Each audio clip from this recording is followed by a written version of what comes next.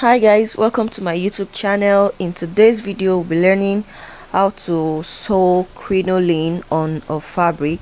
So as you can see, my lining is under. You can see my lining under and the fabric is on top, and then I'm going to lay the crinoline on the fabric. You can see how I'm laying the crinoline on the fabric right here. The crinoline should be on your fabric as I'm doing, and then I left half an inch for seam allowance. So what I'm just gonna do is, because I'm still going to stitch this side here by half an inch, so I'm going to be placing this crinoline before the half an inch for seam allowance, and then I'm going to place my crinoline like so.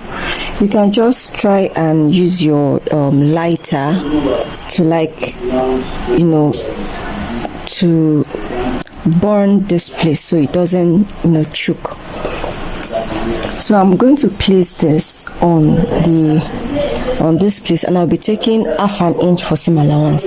There are several ways of attaching your crinoline to your fabric.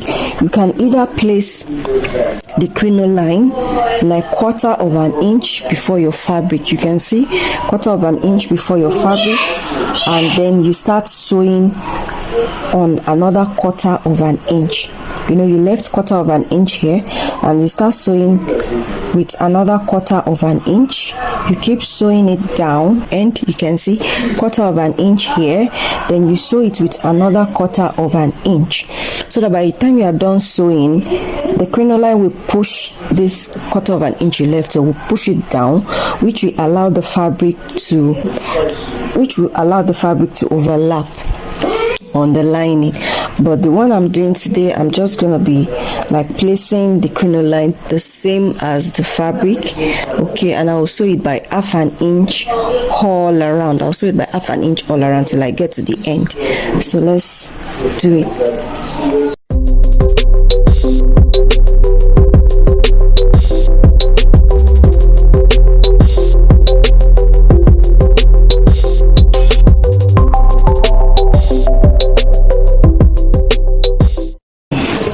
Remember, I said I'm going to be folding this place in with my lining, so you can cut off the excess lining. The next thing to do now is to top stitch. I'm going to top stitch this right here on the lining. You can notch it, but just top stitch. You're going to be top stitching this place that you sew the seam allowance here. You're going to top stitch it on the lining so that it can help hold the lining in place, so that the lining won't be coming out of the fabric. Because if you leave it, you can see how the crinoline is pushing the lining, is pushing it downward. So that's the essence of top stitching. Once you top stitch, it will help hold the lining in place. Okay, to help hold the lining in place. Don't mind my lining, I'm making this for myself, and I don't have a matching lining available, so I just had to use what I have. So just top stitch like you have it here. So, but if you are working with plenty flare, like you're working with 720 degree flare, or you're working with 1440 degree flare, that's a much of a flare. It will be tiring to start top stitching after sewing. So what you do is just use that other method I talked about, whereby you bring the crinoline, you shift it, you shift it backward by quarter of an inch. That means the crinoline is not going to be touching this edge here. You're going to leave about quarter of an inch where you place the crinoline, and then you sew it by another quarter of an inch if you are working with plenty flare at the same time.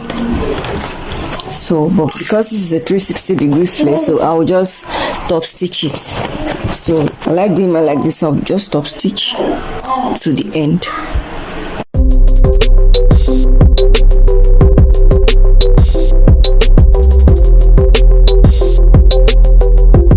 So I'll go ahead and use my iron to give it a good press, and then I'll bring it back to you guys to see what it looks.